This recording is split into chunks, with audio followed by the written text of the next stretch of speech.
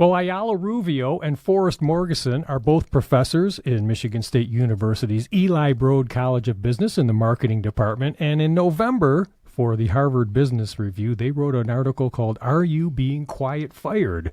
And it's great to welcome both of you to MSU Today. Well, thank you. It's a pleasure being here. Why don't you tell me first a little bit, just give me a little bit of your background and your research interest, how you even got interested in quiet firing. So I'm a consumer behavior researcher, but my early work, actually my thesis was on job insecurity.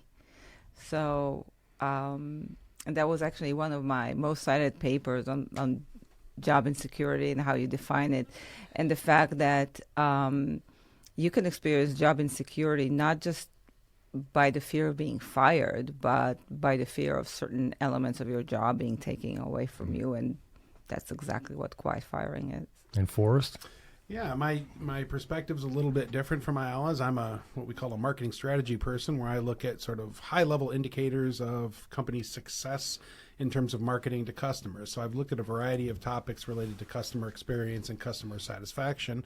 And part of that story is usually closely linked to how well companies are doing with their employees and treating their employees. So I sort of come at it from the other perspective, where I'm looking at it from ultimately the end user, consumer of goods, and the employees being an important intermediary there in terms of keeping those customers happy. So how do we define quiet firing? Sort of set the scene. How pervasive is it? Quiet firing is almost a strategy that a company will take to trim out some of their employees quietly. So if you open a newspaper today, then you will read about this company or another company that's laying off people. So that is not quiet firing. This is actually pretty loud. And announcing something like that actually hurt the company, right? Quiet firing has the advantage of sometimes achieving almost the same exact thing, getting rid of a fair amount of employees, but not in a way that is publicly known, so quietly. We know that it's not rare for employer to help push certain employees out the door by eliminating certain elements of their job, but in the past, it was more on one-to-one basis, right? So your department chair doesn't like you, you won't get the courses that you want to teach, and so on and so on. That's not what we're talking about. What we're talking about is a deliberate strategy that the company is taking on a broader basis, that it's not targeted to a specific person. Right. I think that's the idea, is that, it's a way that companies are going about trying to eliminate employees that they don't think are beneficial to the organization or aren't going to help the organization meet its goals, but doing so in a way that isn't as doesn't have as much potential backlash, doesn't have the same sort of negative elements in terms of supervisors literally laying people off or demoting people or taking away their pay and saying, you can leave or accept this. But it's, making an unpleasant work environment and trying to sneakily get those employees to leave under their own free will. I mean, we're seeing some I think, pretty clear examples of it on a really large scale. Though some of them are being, are sort of so obvious that they're being called out for what they are, which is strategies to get companies to reduce the workforce. But you've seen it lately in some of the tech layoffs that we've had, where they've laid off a bunch of people, and they've also said, and for those of you that remain, we're going to be removing all of these benefits. We're going to be removing your work at home privileges. We're going to be removing your free lunches. We're going to make, things are changing around here, right? And those are pretty obvious, right? And those are done at a pretty wide scale and broad level, but usually it tends to not quite be that obvious what the firms are doing. So is it kind of related to quiet quitting, or they just seem to have similar names? So quiet quitting is at the individual level. So when the situation, it can be a reaction to quiet firing, but it's a situation where employee mentally and behaviorally check out, and they do the minimum that they need to do in order to remain employee in the company, but there's no engagement, there's no involvement, There's no going over and above to do certain things. You just do the bare minimum. And again, that's on an individual level. This is where individuals decide that they will behave like that because terms have changed, because they're not happy with their job, but they cannot maybe switch either career or switch a company, or they're just stuck where they are. So what are some of the warning signs? If someone's thinking, gee, I wonder if it's happening to me, what are some of the warning signs of being potentially quiet fired? So the obvious ones will be pay cuts, demoting you, re-engineering your job description, which is a very nice way to say we're going to make sure you're not doing what you did up until now, not giving you future opportunity for advancement, not acknowledging your accomplishment, or giving some of your responsibility or assigning some of your accomplishment to someone else, which is it's really is demoralizing. I mean, think about it. Or getting signed additional responsibilities with no additional pay, and particularly unpleasant responsibilities that may not be the kind of thing that you want within your role or were originally assigned. You now work midnight to 8 a.m. Exactly. or something. Yeah. Sure. Or setting up expectations so high that it's unreasonable for you to achieve them. So you fail, but you didn't really fail. It's just what is expected of you is not reasonable. Right. So that will happen too. Not giving you options to earn more money. So no extra teaching, or not, you won't get another shift to work at, or no overload. Taking away perks that Forrest mentioned earlier. No parking spot, no office corner. No free lunches. No free lunches. Switching you to lesser health benefit program, for example, insurance. That happens a lot. That's actually a really strong tool companies will use because that will motivate people to leave. I just thought of something. Is this less prevalent if there's a union involved, or not necessarily? Well, I mean, there's going to be legal issues when a union gets involved, and there's going to be real limitations to what companies can do in terms of some of these things. But as we've all seen, even within those kinds of structures, there's plenty of room for companies to make individual employees' tasks more difficult, less pleasant, less rewarding. And so, obviously with the union involvement, there is going to be some level of legal protection and contractual protection between the employee and the company. Well, so let's talk a little bit about what one does if they think they are being quiet fired. And you start with what you sort of said, diagnose the problem, figure out if it's happening, right? True. So the first thing I think that people should do is do a reality check. Is it really happening to you? Because it can be, and unfortunately, as we look forward to the future, that a company will struggle and a company will take measure, not because they want to lay off people, but rather to keep as many people as possible and not lay them off. So, for example, we all got pay cuts during the pandemic, but that was not in order to push us out of the door. But it was more towards keeping as many employees as possible, not forcing to fire them. So the first thing that you have to do is make sure that you really understand the situation as is.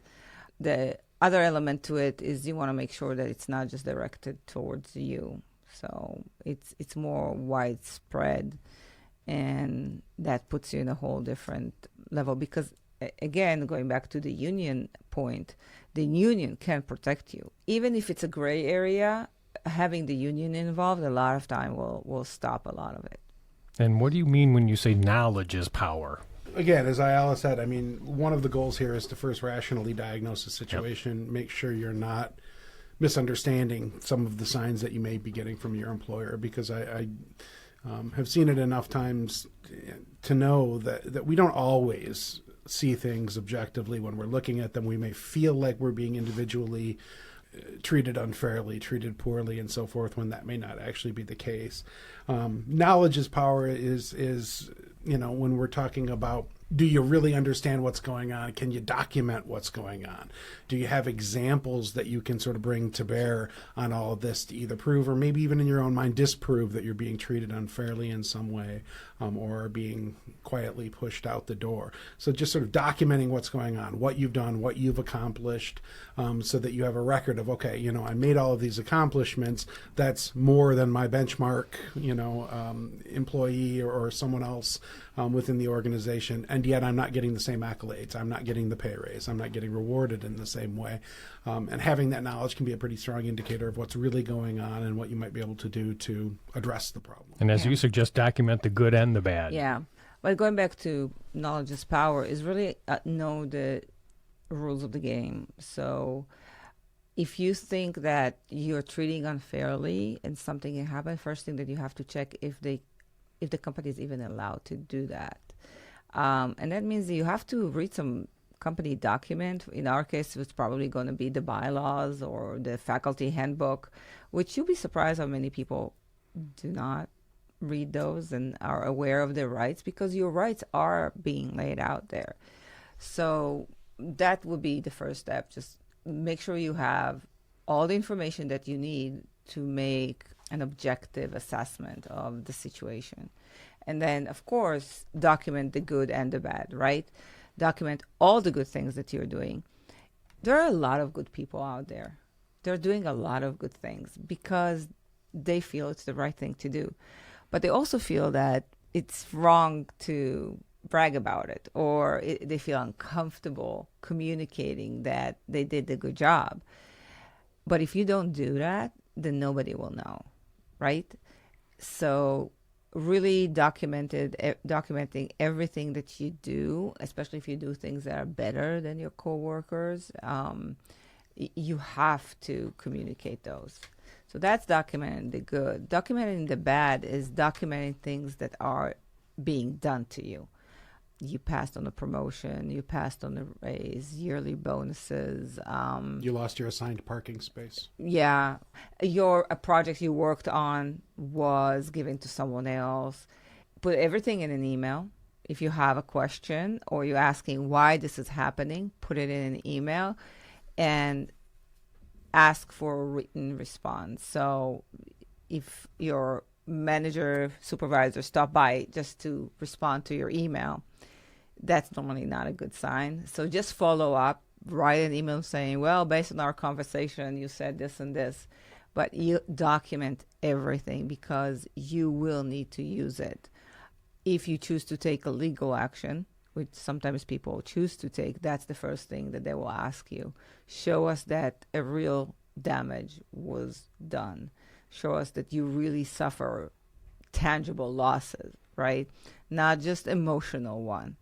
But also, if you want to negotiate your way out, and that's another thing that people can do, if you want to negotiate your way out and you say to yourself, okay, obviously this is where the company is heading, I might as well skim as much as I can before I leave, then now you have everything documented. You can show all the good things you did, all the bad things that happened to you. Now you can start negotiating for compensation to leave the company.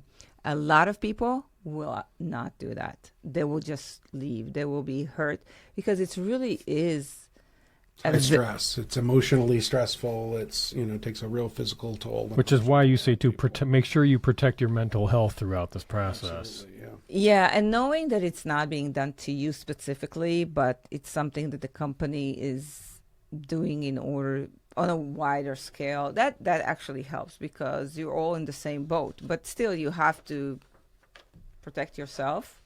So that's how you do it. But absolutely, talk with people. Don't be ashamed. A lot of people are ashamed when things like that happen to them, and they don't talk about it.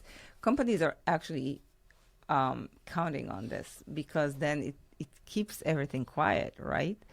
But you actually should communicate about it. You should talk about it, and it will help you basically survive until you make this decision one way or another. And do you think quiet firing is here to stay, or is this a trend? Obviously, I guess we don't know yet, but is this something you see continuing? Yeah, I think, this kind of thing, as we note in the article, has been around for a long time under different names and different guises, but I think it's probably the kind of thing that you'll see a lot of. I think it's sort of an interesting juxtaposition with the quiet quitting trend that you mentioned earlier, where you've got so many people empowered by the work from home and the Zoom work phenomenon that we've seen over the last couple of years, just basically checking out of work while not actually outright quitting their job. And of course, you've seen stories out there of people who admit to having a couple of full-time jobs and doing each of them half-time. But I think this thing, is going to be around for a while. Depends on the industry ultimately, though. There are so many industries that simply cannot find enough employees. They're certainly not trying to quietly fire the ones that they do have. They're, in fact, in many industries, doing more than ever to try to retain employees in a variety of different ways, including giving them better pay, giving them better benefits, and so forth. So I think it really depends on the industry, but, these kinds of somewhat nefarious practices, once they get embedded into organizations, can carry on for a long time. And, working from home or distance working, it creates distance between an employee and the company, or employee and the supervisor. It makes it much easier to implement because you don't need to look them in the eye. They're somewhere. And now it's okay. Their number on a sheet. They're not really people. So a level of depersonalization that makes it easier to mistreat people, generally speaking. Where do you see the whole world of work playing out in the next couple of, I know, some trends, or what are you looking at ahead in the work world that's really been changed forever? Crises like these tend to have lasting effect, and they actually accelerate processes that started long before the crisis. If you look at Gen Zs and what Gen Zs are looking for when they're looking for a job, they always looked for flexibility. So it wasn't working from home; it was working from the coffee shop. If you remember, people would sit there, start their day at 10 o'clock in the morning with a latte and just have meetings there, right?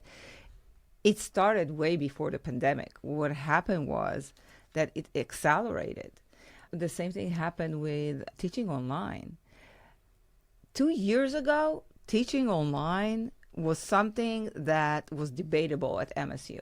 I remember I was part of the faculty senate. We had discussions, should we have some programs, some courses online, how far should we take it? And then COVID hit and it was done. Do you see higher education go back and giving up online education? Never going to happen, not in a million years.